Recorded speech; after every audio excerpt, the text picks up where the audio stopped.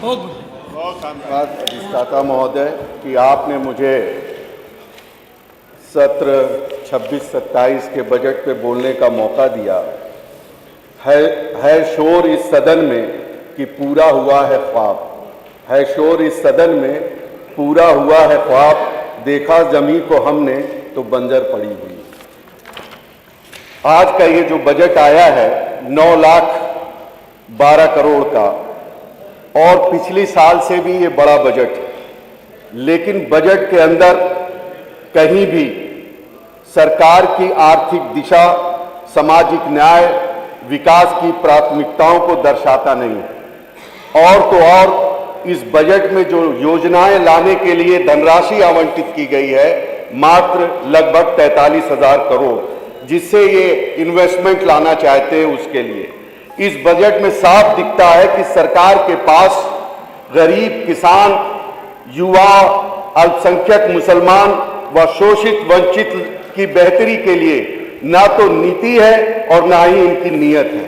Bharatiya Janata party की सरकार का जो बजट है वो सिर्फ अमीरों के लिए है और अमीरों की थाली भरने के लिए। मैं कहना चाहूंगा, माननीय संसदीय कार्य मंत्री जी और वित्त मंत्री जी नहीं है, होने दो चिराग महलों में, होने दो चिराग महलों में, क्या हमको अगर दिवाली है?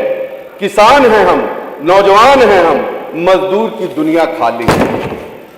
जहां तक सवाल है मानवर किसानों का, किसानों की आय दुगनी बात कर रही थी ये भारतीय जनता पार्टी की सरकार, आय दुगनी नहीं हुई, लेकिन बजट में कहीं भी ऐसा नहीं है कि किसानों की जो बदहाली है उसको कैसे बेहतर किया जाए।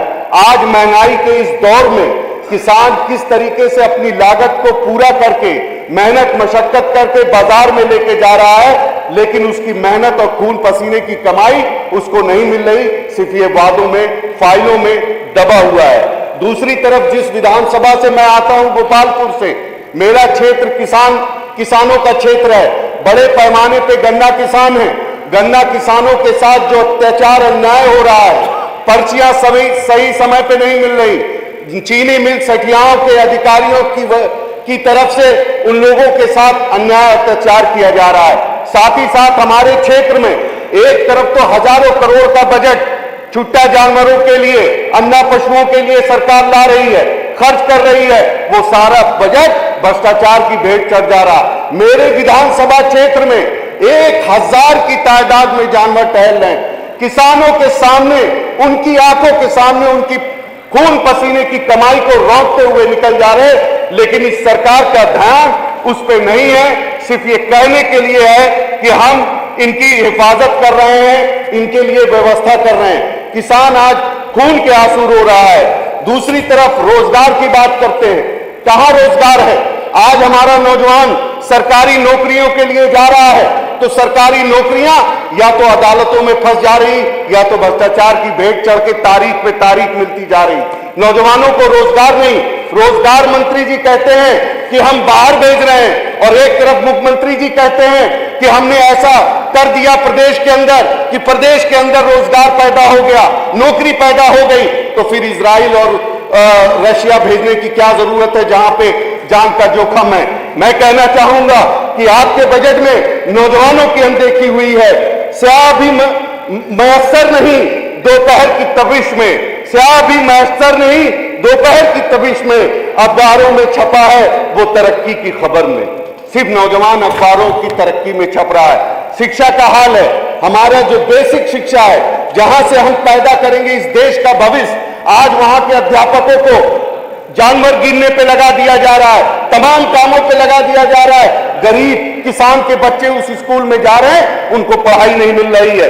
दूसरी तरफ मैं कहना चाहता हूं, सरकार का शिक्षा अधिकार नियम 2009 की धारा 12(1) के अंतर्गत सहायता प्राप्त अंग्रेजी विद्यालयों में 25% गरीबों के बच्चों को आपको शिक्षा दिलानी है, लेकिन सरकार की आंखें बंद है।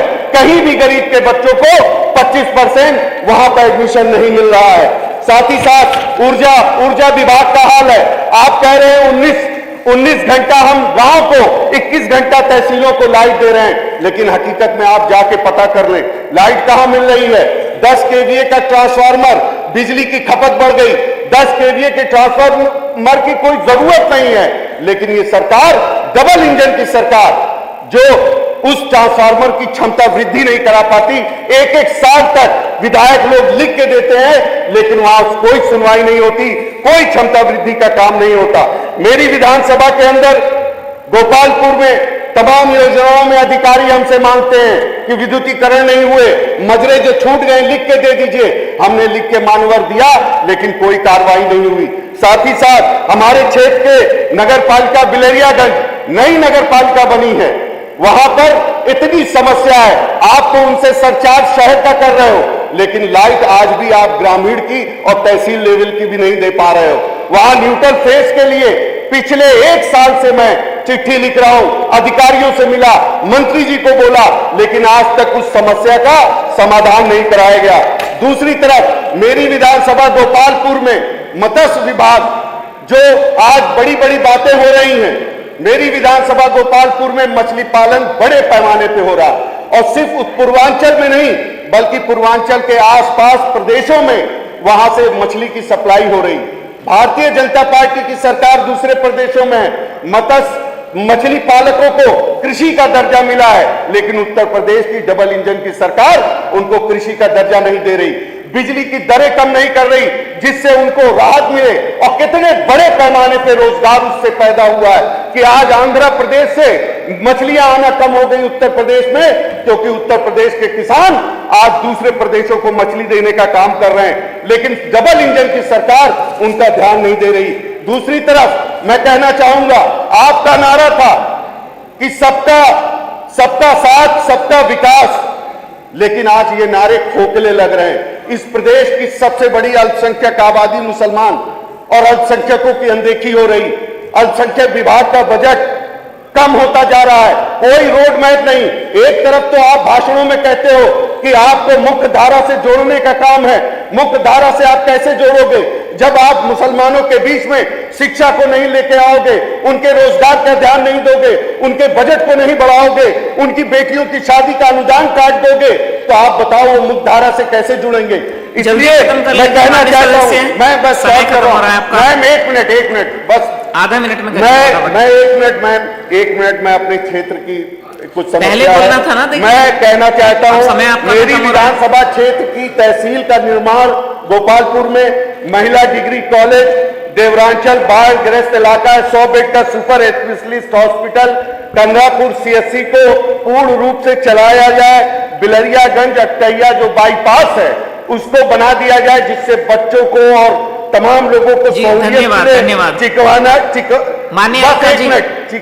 चिकनावा ढाला का पुल निर्माण करा दिया जाए, नोनिया का पूरा महाजी सिंहवारा की छोटी सरजू पे पुल का निर्माण करा दिया जाए। और इसके साथ अपनी बात को खत्म करूंगा प्लीज, बस 1 मिनट मैम, धन्यवाद। ये दाग उजाला आपका समय खत्म। माननीय अलका जी महोदय आपका आभार।